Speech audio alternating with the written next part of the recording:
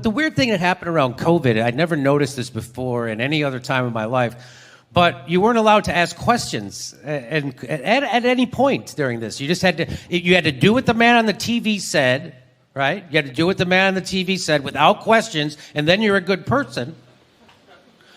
But if you question it, then you're a white supremacist Trumper. They're like, whoa, no.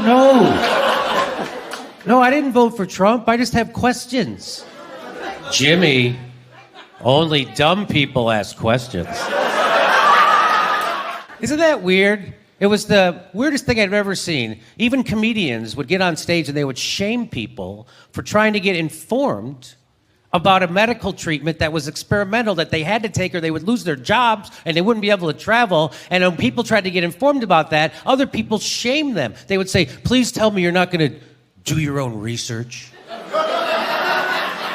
You've heard people say that. Please don't do your own research. You know, before COVID, doing your own research used to be called reading.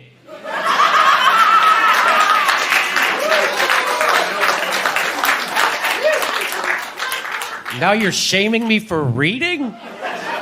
At the behest of Big Pharma? It's like I woke up in the middle of a Bill Hicks bit. Well, looks like we got ourselves a reader. That's how much people internalized the propaganda from Big Pharma, was that they would be anti-intellectual enough to shame people for reading while they're wagging their finger at them for doing it. You would never shame people for trying to get informed, no matter what other subject it was, no matter how unimportant. Like if I say, hey, I'm gonna go buy a car. Don't look into it.